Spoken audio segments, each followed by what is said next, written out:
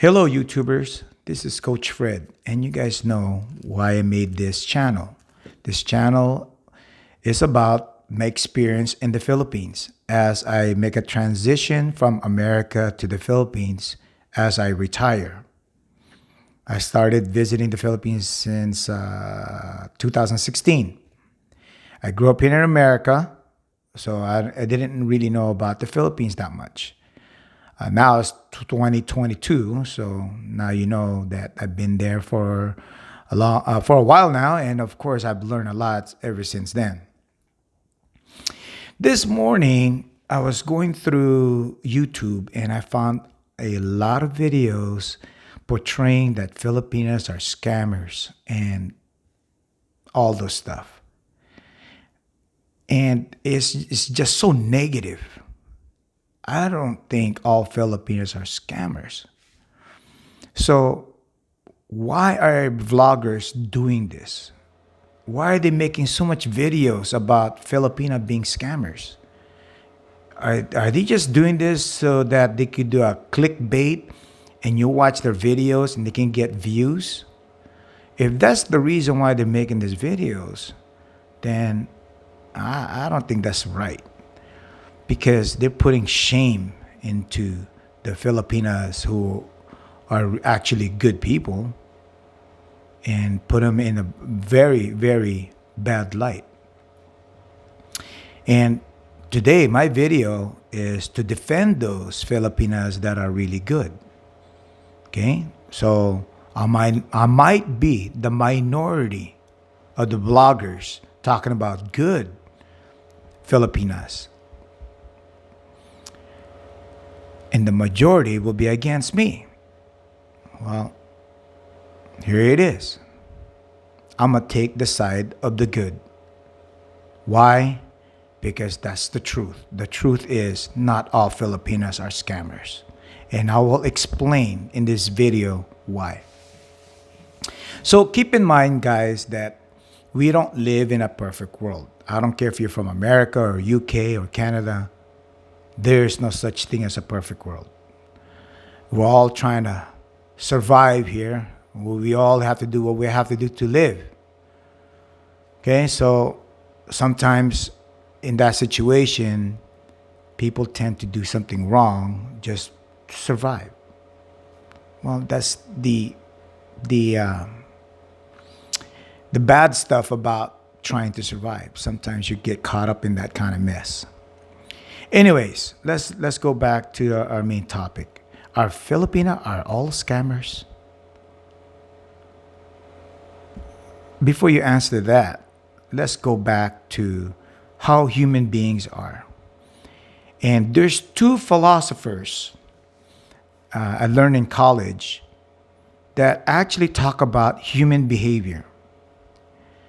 John Locke believed that people are born and inclined to do evil. And Thomas Hobbs believed that people are born and inclined to do good. So you got two different philosophers. One side thinks that humans are really bad, and the other side think that humans are really good. So, and actually those two philosophers, John Locke and Thomas Hobbes, their point of view about human beings or humans was actually used to build the U.S. Constitution. Look it up. You'll see. All right, let's move on. In the Philippines, even though you finish college or finish your master's degree or PhD, there's not a lot of jobs around or available. So most people, the majority, end up being unemployed and then end up being poor. And then their generations still they grow up poor, not having any chance in life to get out of poverty. No chance at all. If there is, it's very slim. Now, Philippines, not all are poor. It's just the majority. Now you get this other Filipinos in the Philippines that are super rich, so rich that they're even richer than the average people here in America. So you can't really look down on the Philippine or Filipinos in the Philippines because you'll come across. I came across Filipinos driving a Lamborghini. You see, I mean, that person's richer than me, but he's not my friend, so I don't really know what he does for a living. But you can't really judge the Filipinos and make a blanket statement that they're all poor. The majority is poor and unemployed, but you get these other ones, the super rich, and the super rich are richer than me and you and the normal foreigners. America, UK, Canadian, it don't matter. So you can't really use a blanket statement, okay, that the whole Philippines is poor. Can't do that. You'll be surprised. So since I only know and I only hung around with the majority of the Filipinos in the Philippines, the low income, the unemployed, so I know more about them. I don't really know about the rich or the super rich Filipinos in the Philippines. So I talk to them, I mingle with them, and I make friends with them. And they tell me this story, and I ask them their point of view of foreigners. So foreigners to them are people that are not from the Philippines. You could be white, you could be black, you could be, or I'm talking about American black. They don't think Africa is rich. So you could be white, anywhere, from anywhere part of the world, you're rich. You're black, coming from America, you're rich. Israelis or anybody with a light skin, you're rich. Chinese, Japanese, you're rich. And sometimes they think that Filipinos in America are rich as well because they're from America. So they get labeled as also rich Filipino American. So with that point of view, they think that we're all rich, okay, including me. Yeah. So they watch a lot of movies, they see this stuff on Netflix, and they begin to think that everybody that's outside the Philippines are super rich because they all have nice houses, nice cars, nice clothing, nice skin. They're not dark, something about the skin. If you're dark, you're poor. Nice teeth, and they speak good English. So they label all of us foreigners as rich because we have all of those that I just mentioned. And of course, the majority of men and women, I'm talking about the unemployed one and the poor ones. I'm not talking about the super rich. The majority of men and women in the Philippines, they feel like we're super rich, that money just comes out of nowhere. We're raking in the dollar bills. The dollar bills are growing from our backyard, the trees in our backyard. They don't really know where the money is coming from. All they know is, oh man, you guys are rich.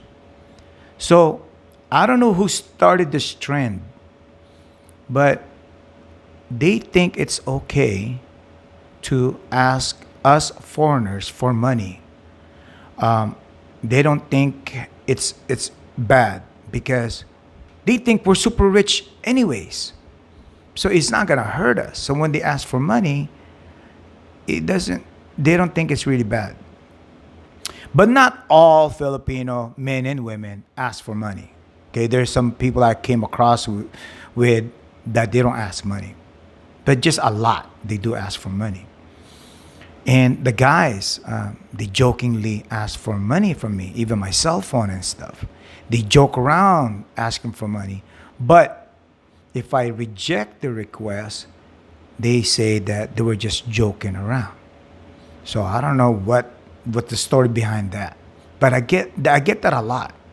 They would ask for my cell phone, and I would tell them like, "Hey man, this cell phone, I pay my bills with it. This is just not just a cell phone. This is My life is on this phone. But it goes over their head. They're like, what are you talking about? Just get another cell phone. So that's a different subject. But they don't understand that. They just think that we're super rich.